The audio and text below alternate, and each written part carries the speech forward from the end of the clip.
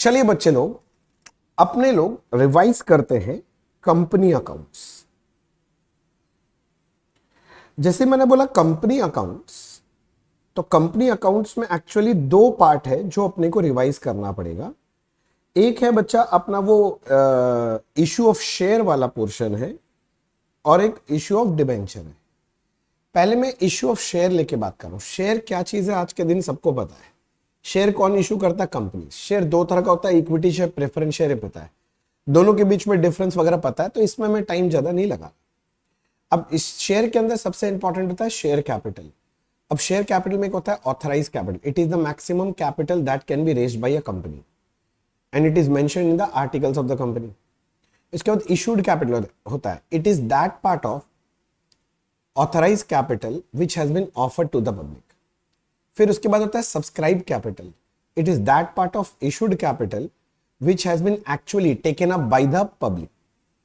उसके बाद called up capital होता है। It is that part of face value of share which has been actually called और demanded from the share holder. फिर उसके बाद पेड अप कैपिटल होता है। It is that part of called up capital which has been actually paid by the public. Unpaid capital, जिसको calls in arrear बोलते हैं, it is that part of called up capital which has not been paid by the public. और एक होता है बच्चा जिसको हम लोग बोलते हैं reserve capital. It is that part of face value of share which can only be called eight the time of liquidation, winding up of the company. ये सारा चीज आपको पता है बढ़िया से। अब मैं आगे थोड़ा सा और चर्चा कर लेता हूं फटाफट। अब इसके अंदर शेयर के अंदर आपको पता है share can be issued either at par, 10 का शेयर 10 में, इशूड एट प्रीमियम, 10 का शेयर 10 से ज्यादा में, 11, 12, 13, 14, 15 कुछ भी, एंड इशूड एट डिस्काउंट होता है 10 का शेयर 9 में। किंतु कंपनीज एक्ट 2013 के तहत हम लोग शेयर को अब डिस्काउंट में इशू नहीं कर सकते। इसके बाद अलग अलग केसेस, ये जो है इसका आपको एंट्री सीखना है। इसके अंदर कॉल्स इन अरियर का केस आता है, कॉल्स इन एडवांस आता है, प्रो राटा आता है, फोरफीचर आता है, रीइश्यू आता है, ये सारा चीज आता है। इसके बाद share issued for consideration other than cash आता है। मैं आपको केसेस याद दिला रहा हूं। इसके बाद अगर कॉल्स इन अरियर होता है तो उसमें इंटरेस्ट देना पड़ता है शेयर होल्डर को eight the rate 10% per annum, maximum limit है फॉर द डिलेड पीरियड। और कॉल्स इन एडवांस के केस में कंपनी शेयर होल्डर को इंटरेस्ट देता है eight the rate 12% per annum, ये भी मैक्सिमम लिमिट है। ये टेबल एफ में लिखा हुआ है ये सब बात। तो मोटा मोटा ये सारा चीज है। तो इसके अंदर जो एग्जाम में जनरली आता है वो शेयर इशू का जो सम्स आता है, हम लोग उसको लेके प्रैक्टिस कर लेते हैं जिससे अपना काम जल्दी खत्म हो। क्विक रिवीजन है, फटाफट रिवीजन करके खत्म करेंगे। तो करते हैं भैया।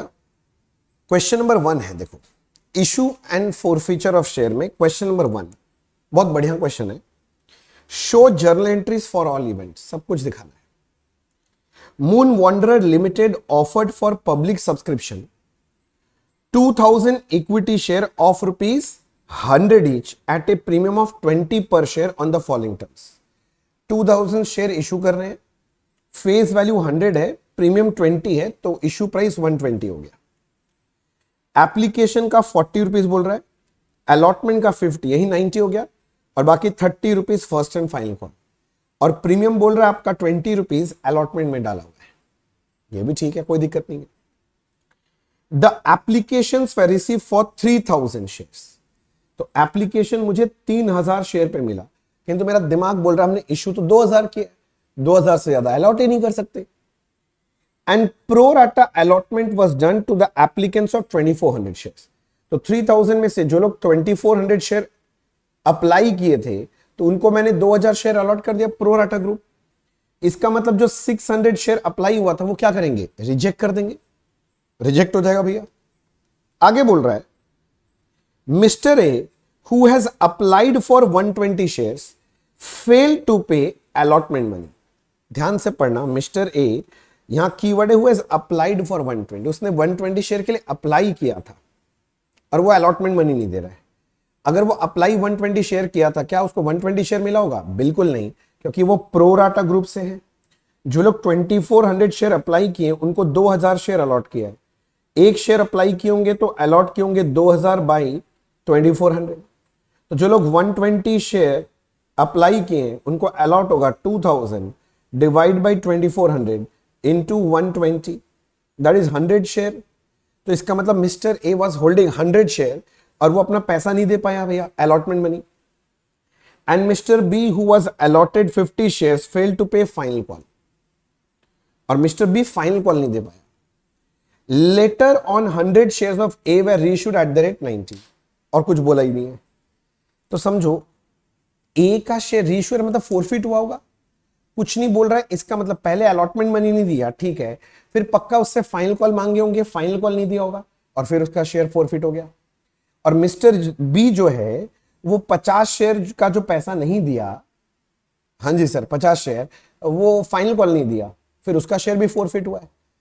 तो 100 प्लस 50 150 शेयर फोरफिट हो गया, किंतु रीइश्यू सिर्फ 100 शेयर ही हुआ और बोलता है जर्नल एंट्री कीजिए।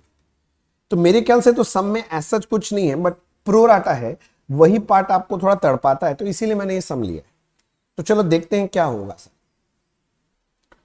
सम नंबर 1 लिखा मैंने, books of Moon Wanderer Limited, moon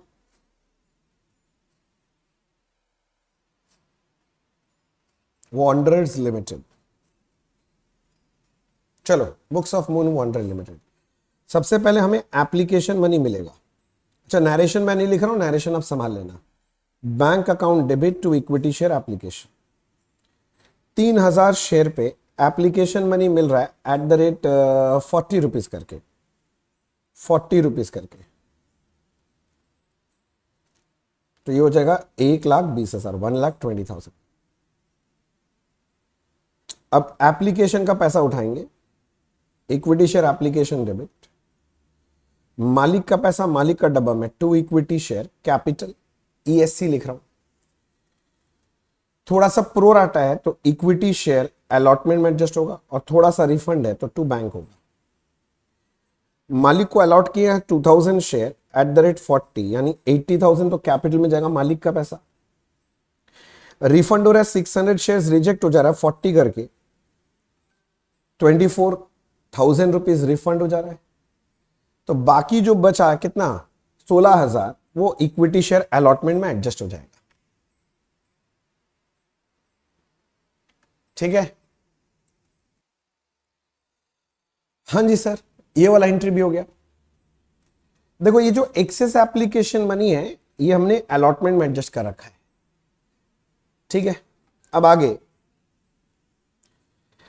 sir, आगे क्या बोल रहा है देखो। अब अलॉटमेंट ड्यू करना चाहिए, तो अलॉटमेंट ड्यू करने जाएंगे तो एंट्री क्या होगा, equity share allotment account debit to equity share capital to securities premium. 2000 share पे अलॉटमेंट मनी था 50 rupees including 20 premium. Allotment money 50 है, 20 प्रीमियम है, 30 कैपिटल का पोर्शन है। तो पहले अलॉटमेंट का भीख मांगो सर। तो 1,00,000 रुपए अलॉटमेंट मनी है जिसमें 60 कैपिटल पोर्शन है और 40 प्रीमियम है। अब अलॉटमेंट का पैसा मिलेगा, क्या सबको पैसा दे रहा है? नहीं भैया, जो पैसा देंगे उनके लिए क्या होगा, बैंक अकाउंट डेबिट, और जो लोग पैसा नहीं देंगे उनके लिए calls in arrear account debit to equity share allotment.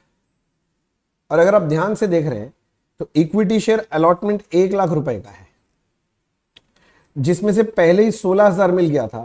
तो यहां पर जब लिखने जाएंगे कि कितना आज मिलेगा, तो मैं बोलूंगा 1,00,000 में से 16,000 तो पहले ही मिल गया था, यानी आज यहां 84 का बात चल रहा है।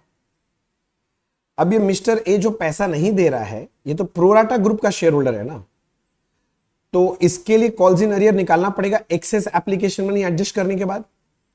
तो आपको एक पेज से थोड़ा ज्यादा स्पेस रख लेना चाहिए, रख के आपको एक वर्किंग करना चाहिए। इसका नाम रखा वर्किंग नोट नंबर 1। पहला उसने अप्लाई किया था 120 के, तो उसको अलॉट 100 शेयर्स हुआ था, तो इसका वर्किंग दिखाना पड़ेगा। Number of shares allotted to A, 2000 share allot हुआ था, those who have applied for 2400 shares, तो जिन्होंने 120 शेयर अप्लाई किया था तो इनको अलॉट कितना शेयर हुआ था, 100 शेयर।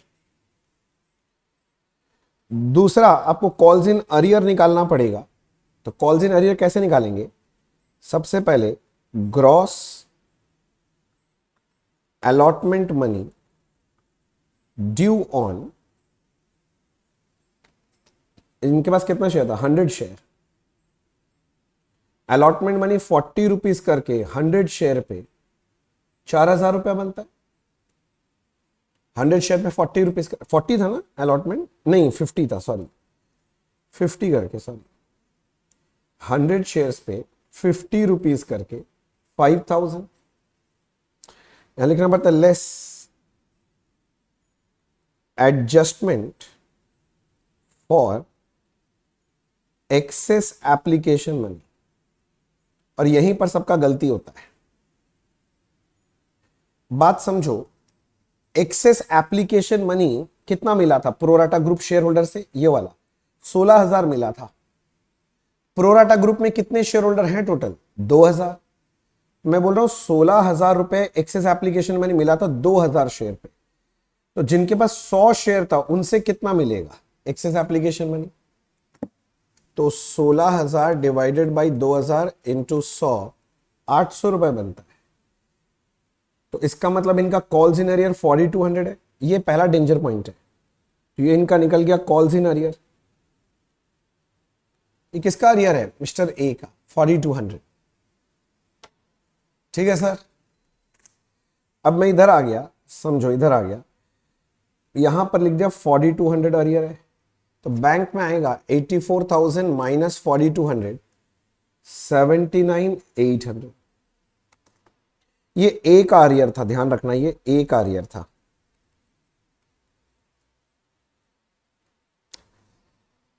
अब आएगा फाइनल कॉल, तो पहले ड्यू करते हैं equity share first and final call account debit, equity share first and final call account debit to equity share capital account. 2,000 share पे फाइनल कॉल मनी था 30 करके, 30 करके मंगाएंगे, 3 दूनी 6, 60,000। अब क्वेश्चन है क्या सबको ही पैसा देगा, नहीं, तो जो लोग पैसा देंगे उनके लिए तो बैंक अकाउंट डेबिट, जो लोग पैसा नहीं देगा उनके लिए calls in arrear account debit to equity share first and final call. देखो फर्स्ट एंड फाइनल कॉल जो था वो अपने पास है 60,000, पैसा कौन नहीं दिया, एक था ए एक था बी, ए के पास 100 शेयर था, बी के पास 50 शेयर था, इनका कॉल मनी 30 रुपीज करके इन्होंने नहीं दिया। यहां कोई एक्सेस का एडजस्टमेंट नहीं करना, यहां 3,000 और यहां 1,500, टोटल इनका अरियर 4,500 बन रहा है यहां पर। तो बैंक में कितना पैसा आ जाएगा, 55,500, 4,500 काट के 55,500 आएगा। बोलो यहां तक ठीक है, कोई खास दिक्कत, कोई डाउट, कोई तकलीफ, कोई तकलीफ नहीं है। अब क्या करेंगे बताइए भैया, ये तो हो गया, फिर क्या करेंगे, अब आपका सारा कॉल भी हो गया, अब शेयर फोरफिट करेंगे, ए का भी और बी का भी। पहले ए का बात करते हैं, ए ने क्या नहीं दिया, अलॉटमेंट एंड फर्स्ट कॉल, सब में प्रीमियम है, हाँ प्रीमियम कहाँ है, अलॉटमेंट में। अगर वो आदमी अलॉटमेंट नहीं दिया तो अलॉटमेंट के अंदर का प्रीमियम भी नहीं दिया, अगर उसने प्रीमियम नहीं दिया, मैं कंपनी, मुझे प्रीमियम नहीं मिला, तो premium not realise in cash, and if securities premium is not realise in cash it shall be cancelled at the time of forfeiture of share. तो ए का जब फोरफीचर होगा, एंट्री बनेगा equity share capital account debit, securities premium account debit, to calls in arrear, मैं short में लिख रहा हूं साहब, टू फोरफिटेड शेयर, एंट्री ये बनना चाहिए। इक्विटी शेयर कैपिटल कितना होगा, इसको लेके बात करना है जल्दी से। आज के दिन का कॉल्ड अप क्या है, शेयर तो फुल्ली कॉल्ड है 100 रुपीज, एक शेयर का 100, उसके बाद 100 शेयर था, यानी कॉल्ड अप 10,000 रुपए हो गए। सिक्योरिटीज प्रीमियम का बात कर लेते हैं भैया, एक शेयर पे सिक्योरिटीज प्रीमियम 20 रुपए है, तो 100 शेयर पे कितना होगा, 2,000। कॉल्स इन अरियर कितना है, किसका अरियर चेक करना है, ए का। तो जरा ध्यान से देखना अब जो मैं बोल रहा हूं, अलॉटमेंट के वक्त उसका अरियर था 4200 और फर्स्ट कॉल में उसका अरियर है 3000, यानी उसका टोटल अरियर है 4200 प्लस 3000 यानी 7200।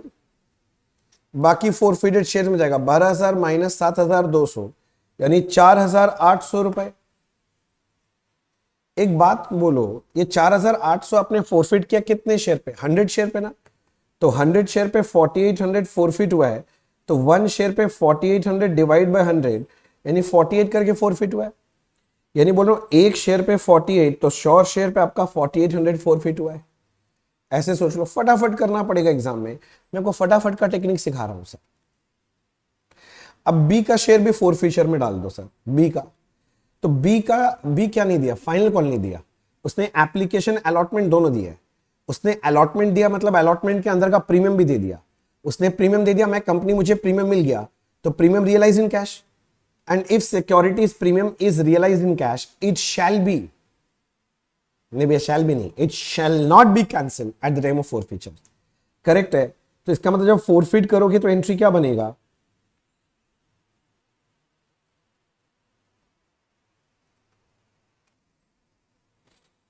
हाँ तो फिर से बोल रहा हूं, equity share capital account debit हो जाएगा, 2 कॉल्स इन अरियर हो जाएगा और 2 फोरफिटेड शेयर। मैं बी का शेयर फोरफिट कर रहा हूं। बी का 50 शेयर था, एक एक शेयर का कॉल्ड वैल्यू तो 100 रुपीज है आज, क्योंकि फुल्ली कॉल्ड शेयर है, 5000 रुपए। बी का अरियर यहां था, देखो मैं दिखाता हूं, बी का अरियर 1500 था, हमने रफ में लिख रखा है, तो कॉल्स इन अरियर 1500 हो जाएगा और यहां पर बैलेंस आ जाएगा 3500। वैसे आपने 3500 जो फोरफिट किया 50 शेयर्स में किया ना, तो एक एक शेयर में पक्का 70 रुपए फोरफिट किया होगा, 7 5 35।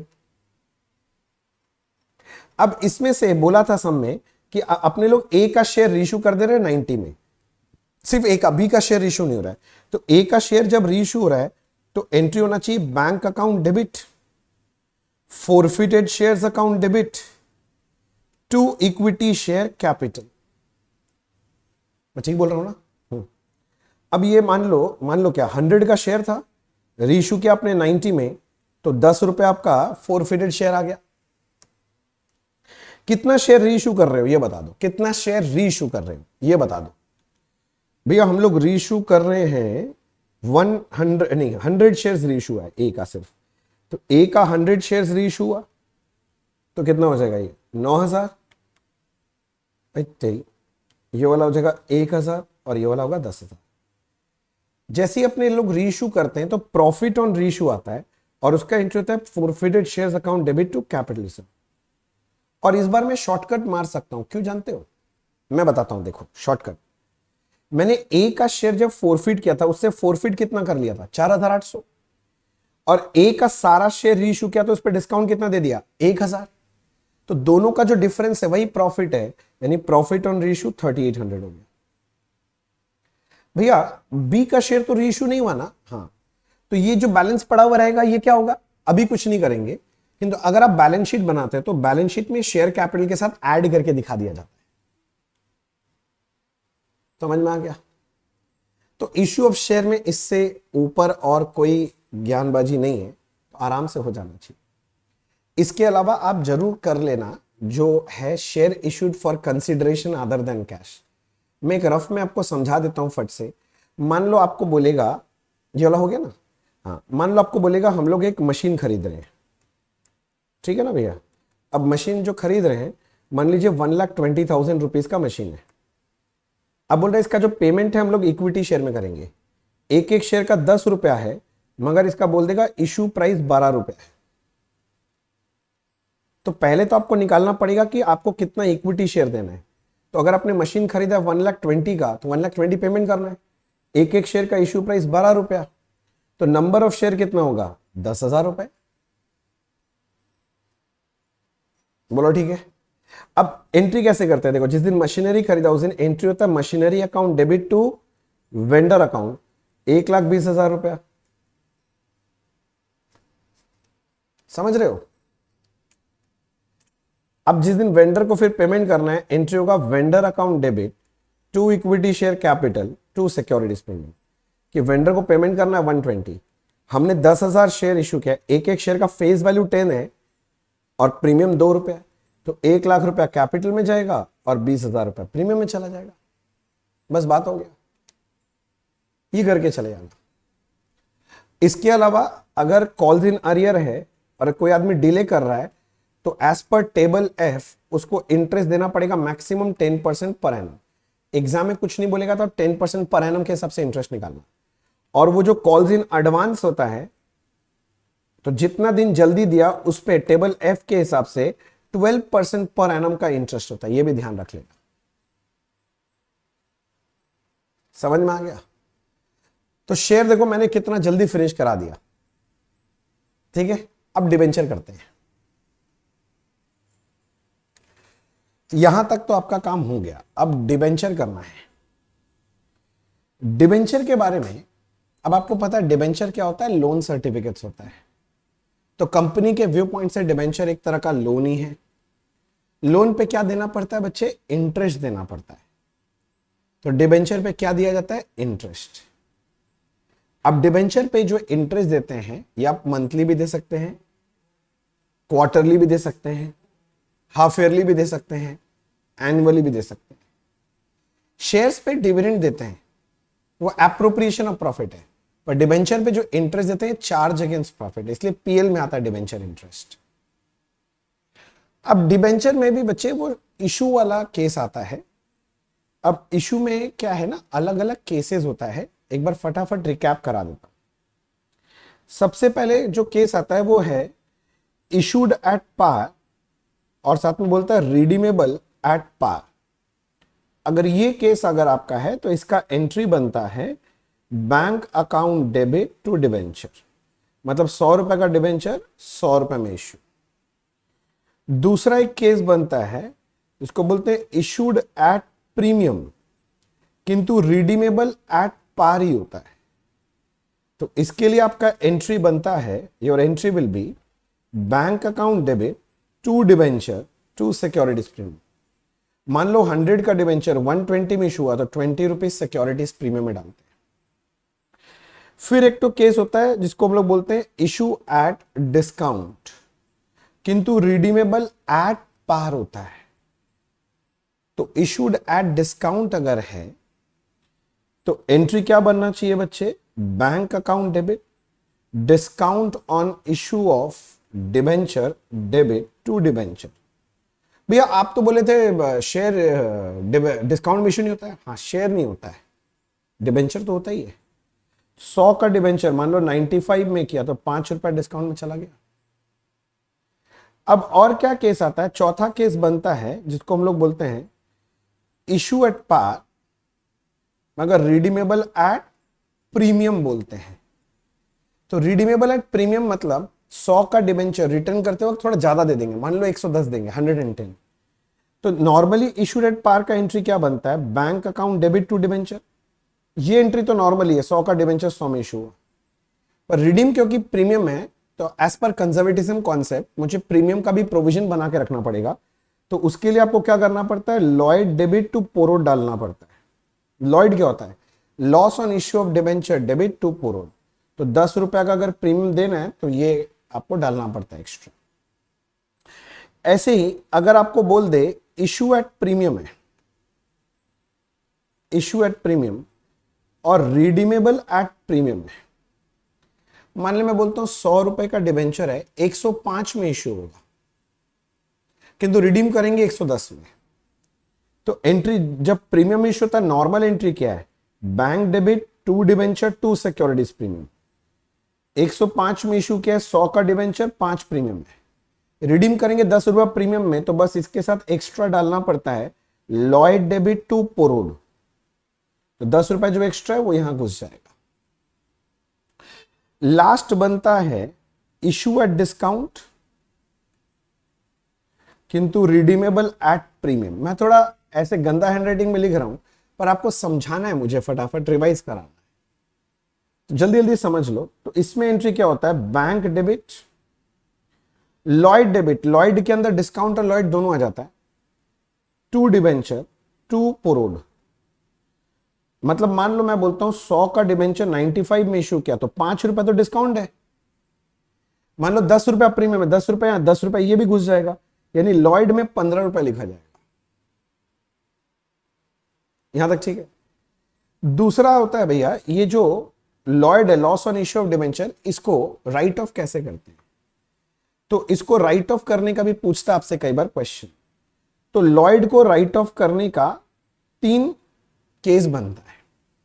लॉयड कैसे राइट ऑफ होगा ये डिपेंड करता है कि आपका डिबेंचर रिडीम कैसे होगा। एक होता है लमसम रिडेम्पशन और एक होता है redemption by way of equal annual drawings और एक होता है अनइक्वल एनुअल ड्रॉइंग्स। समझ रहा मेरा बात? अब जैसे लमसम रिडेम्पशन का मतलब है, आज मान लो 10 लाख का डिबेंचर इशू किया, मैं बोला 5 साल बाद एक बार में रिडीम कर देंगे, एक बार में 10 लाख वापस करेंगे, इसको बोलते हैं लमसम रिडेम्पशन। ऐसे केस में लॉयड को राइट ऑफ करते हैं एसएलएम बेसिस में, straight line method. For example मैं ऐसे बोलता हूं, मैंने 10 लाख का डिबेंचर इशू किया है, अब इसमें डिस्काउंट है मान लीजिए 5%, तो भैया 10 लाख रुपए का 5% क्या, 10 लाख का 5% क्या, तो 50,000 रुपए का डिस्काउंट राइट ऑफ करना है या लॉयड राइट ऑफ करना है। ओहो क्या डिजाइन बन रहा है देखो अपने आप ही। तो 50,000 कैसे राइट ऑफ करेंगे? तो मान लो मैं बोलता हूं 5 साल बाद रिडीम होगा, तो आपको 50,000 को 5 साल से डिवाइड करना चाहिए, मैंने हर साल 10-10 हजार करके लॉयड राइट ऑफ होगा।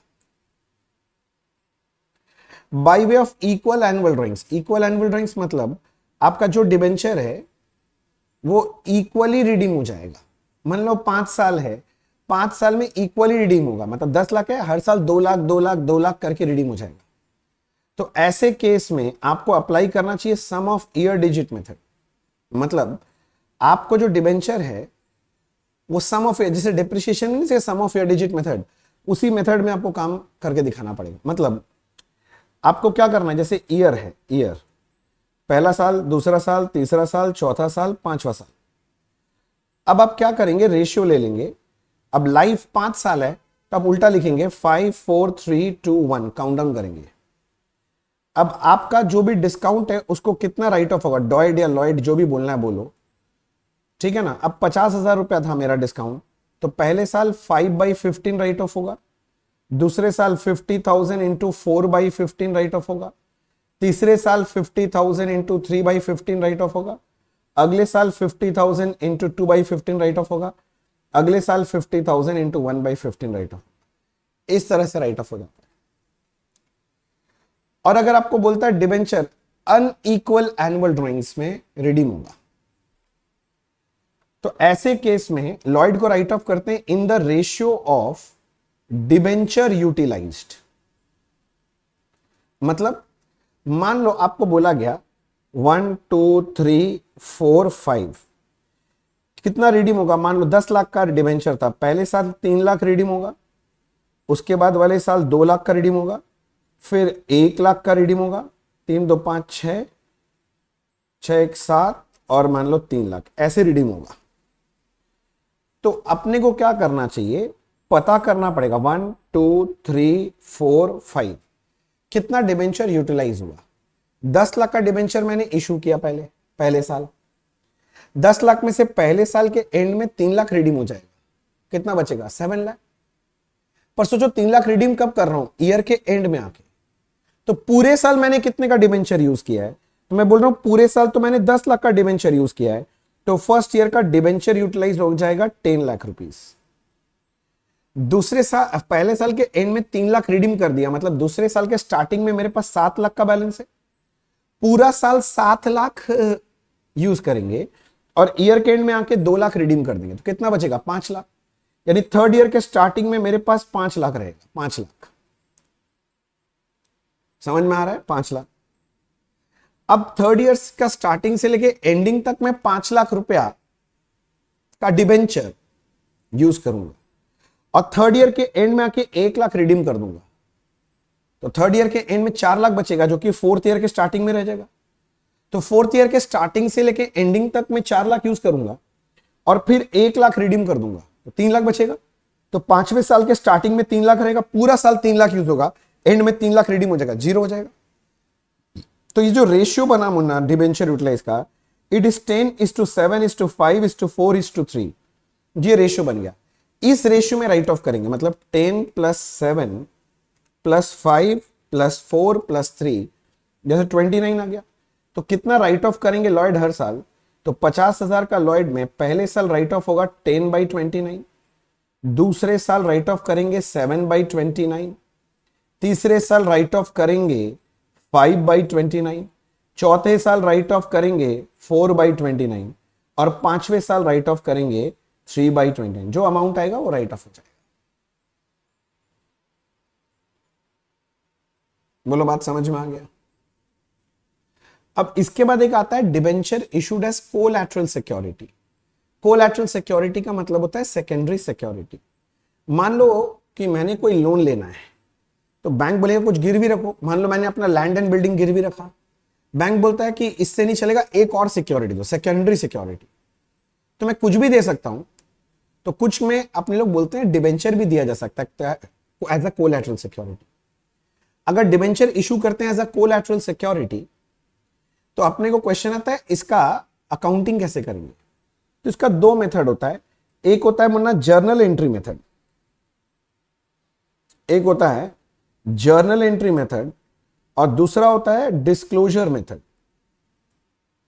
जर्नल एंट्री मेथड में क्या है कि जिस दिन हम लोग डिबेंचर इशू करते हैं एज अ कोलैटरल सिक्योरिटी, उस दिन एक एंट्री कर देते हैं, that is debenture suspense account debit to debenture account. बस डिबेंचर सस्पेंस जो है बैलेंस शीट के एसेट साइड में नॉन करंट एसेट में डिस्क्लोज करते हैं, और ये जो डिबेंचर है लाइबिलिटी साइड में नॉन करंट लाइबिलिटी में लॉन्ग टर्म बोरिंग्स में डिस्क्लोज कर दें, बस और कुछ नहीं। और डिस्क्लोजर मेथड सबसे आसान मेथड होता है, इसमें कोई एंट्री नहीं करना पड़ता है।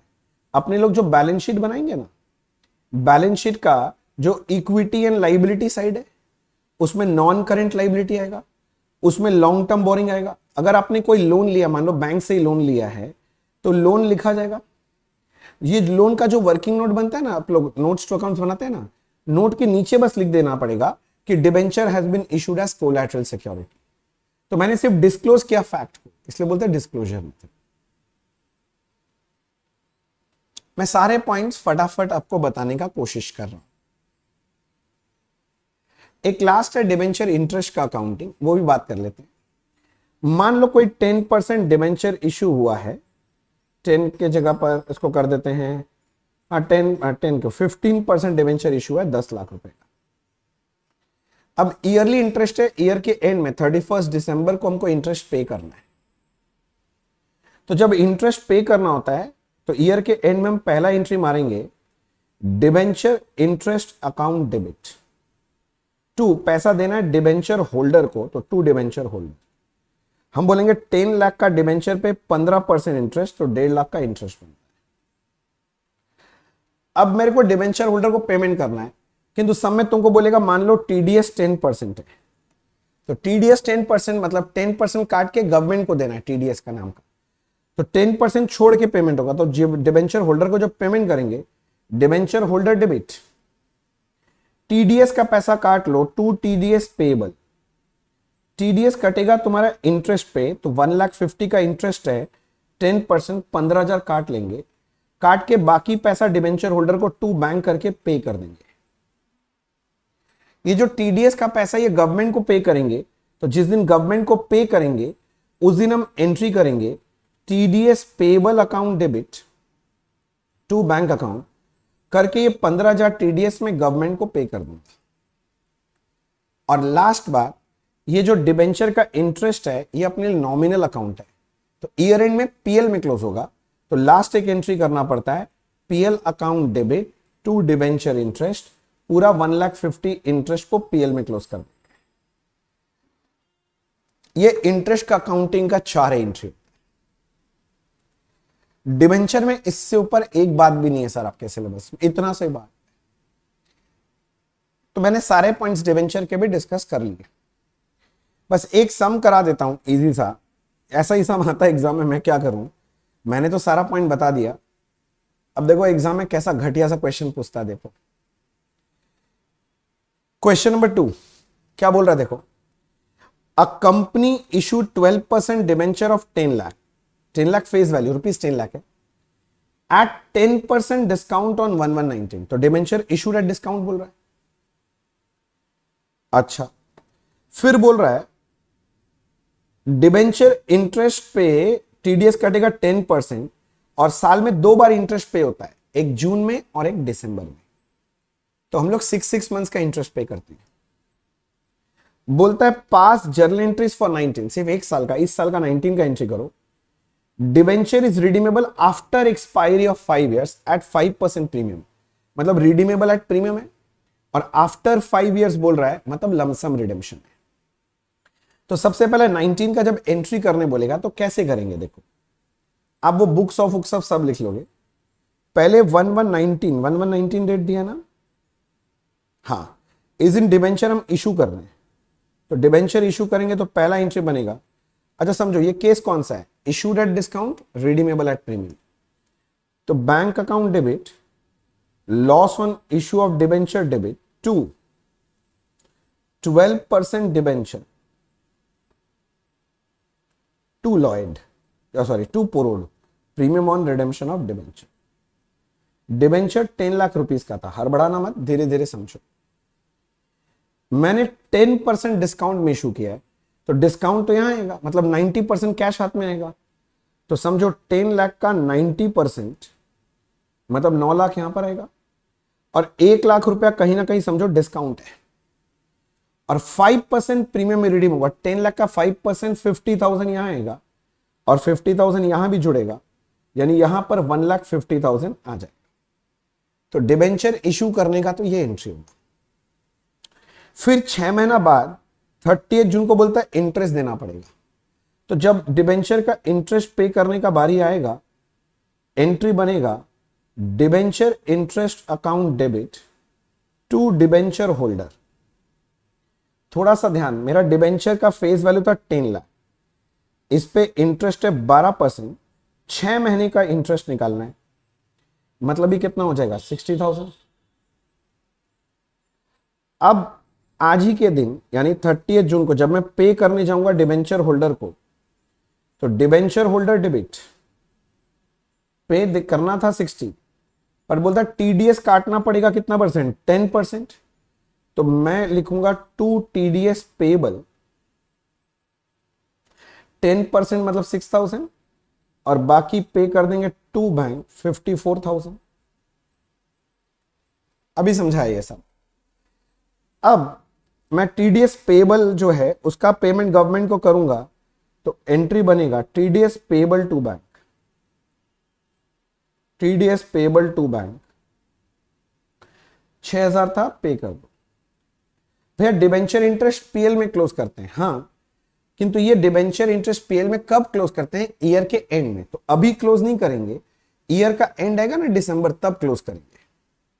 अब 6 महीना बाद फिर से इंटरेस्ट देना पड़ेगा, यानी 31 दिसंबर 19 को फिर से इंटरेस्ट देना पड़ेगा।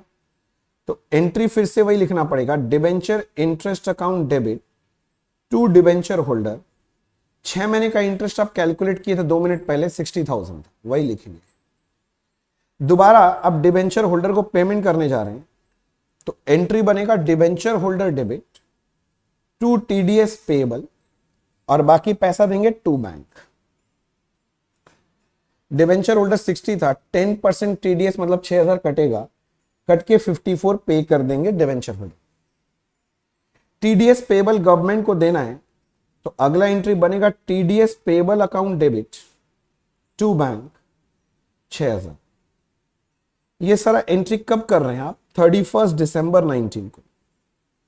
जल्दी से बात पकड़ लीजिए।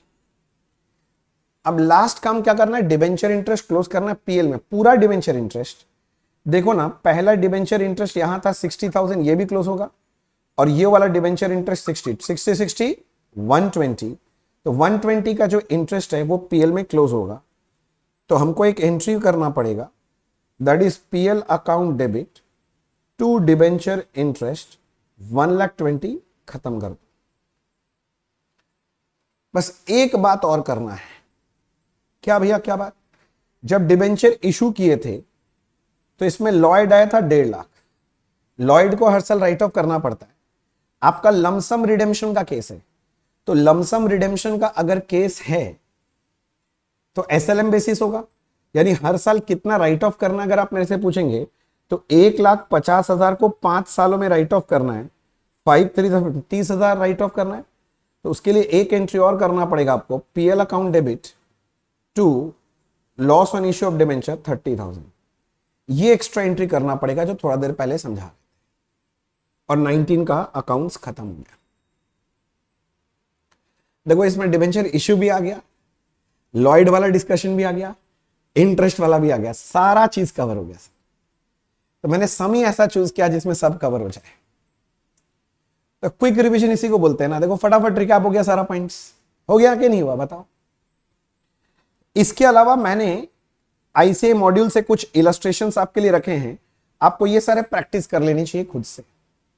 एग्जाम में जाने से पहले ये सब जरूर कर लेना, छोड़ के मत जाना, नहीं तो बताना फिर बाद में मत बोलना कि भैया आपने बताया नहीं था कि इसमें से क्वेश्चन आएंगे। तो मैं बोल सकता हूं इसी के साथ हमारी कहानी समाप्त पे। क्या कहानी? कंपनी अकाउंट से कहानी। जितना मैंने बोला बाकी सब कर लेना।